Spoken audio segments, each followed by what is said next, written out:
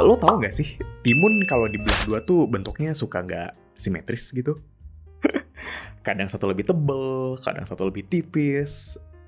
Nah, anehnya gue jadi mikir gitu, kenapa gue hidup kayak timun yang dibelah dua ya? Gak pernah sempurna gitu, kadang dompet gue tebel, kadang dompet gue tipis.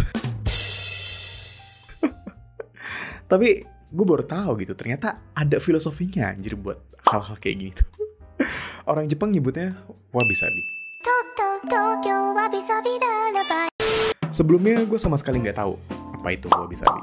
Bahkan pertama kali gue denger tuh karena ya lagu Gura yang collab sama Honeyworld tadi gitu.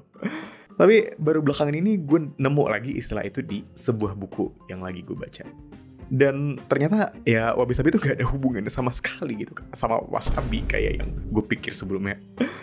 Tapi ternyata wabi-sabi itu adalah sebuah filosofi Jepang yang memiliki makna yang cukup dalam ya, yaitu menemukan keindahan dalam ketidaksempurnaan. Kalau ngomongin soal kesempurnaan ya, gue sebagai seorang seniman ya pasti nggak bisa lepas dari kalimat tersebut. Tiap kali gue gambar sesuatu misalnya, pasti beresnya bisa lama banget tuh kalau nurutin sisi perfeksionis gue ya.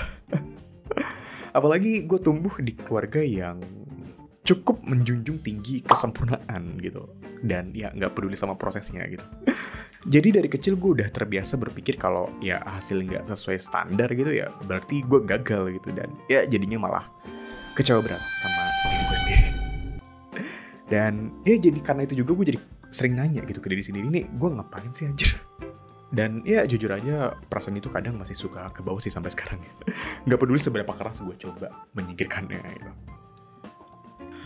Buku yang lagi gue baca ini sebenarnya bisa dibilang buku psikologi atau self improvement ya.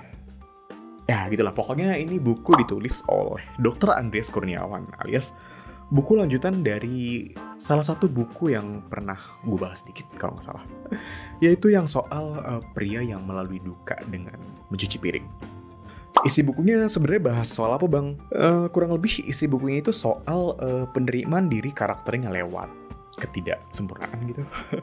Singkatnya Dr. Andreas itu bercerita soal salah satu kliennya yang membenci hidupnya sendiri gitu karena ya keadaannya. Tapi intinya di buku itu tuh dia coba berusaha menerima hidupnya dengan keadaan seperti itu.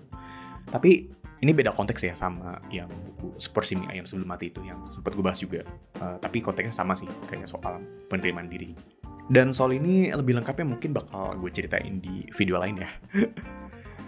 But anyway, karena salah satu chapter di buku itu ya, gue jadi mempelajari konsep wabi-sabi ini gitu.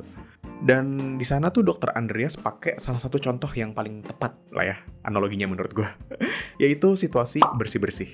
Anggap aja ada suatu ruangan penuh debu dan ya lo ditugaskan untuk membersihkan ruangan tersebut sampai bersih 100% ya, dengan bayaran 10 juta rupiah. Dan sebut aja lo berhasil membersihkan 100% ya ruangan tersebut setelah 8 jam lamanya. Sayangnya, semakin bersihnya ruangan tersebut, semakin mudah buat ruangan tersebut juga gitu buat ya kotor lagi. Kayak misalnya ada bulu badan lo yang jatuh lah, terus ada debu lagi yang jatuh di salah satu lantai gitu. Terus kayak misalnya hembusan nafas lo gitu, terus yang ngebawa serpihan upil gitu di dalamnya misalnya. Jadi ya mau gak mau lo harus terus membersihkan ruangan tersebut gitu untuk tetap berada di 100% bersih. Dan ya maka dari itu wabi-sabi itu mengajak kita untuk tidak tenggelam dalam obsesi akan adanya kesempurnaan. Dan ya kalau lo mengaitkannya di era internet seperti sekarang ya, gue belajar cukup banyak banget dari filosofi ini. Di era internet sekarang ya, banyak orang, termasuk gue juga gitu, menggunakan standar kesuksesan yang diterapkan orang lain gitu. Kayak 1M pertama di umur 20 lah, nikah di bawah umur 30, ekspektasi pasangan yang sempurna lah, sukses di usia muda, dan ya pokoknya masih banyak kesempurnaan hidup orang lain gitu yang rasanya tuh kayak mimpi gitu. Dan ya lewat wabi-sabi ini gue diingatkan kembali soal kita yang memiliki garis waktu masing-masing gitu. Dan ya mungkin masing-masing dari kita tuh ada momen kayak mikir, jir kok hidup gue gini amat ya, gak kayak dia gitu. Kenapa hidupnya tuh sempurna banget sih rasanya, kayak gak kayak gue gitu. Dan kenapa hidup gue rasanya kayak sampah banget anjir. Dan ya lewat wabi-sabi ini gue mempelajari kalau menjadi gak sempurna itu it's okay kok. Dan ya itu indah gitu. Karena ketidaksempurnaan itulah yang membuat diri kita tuh menjadi kita gitu.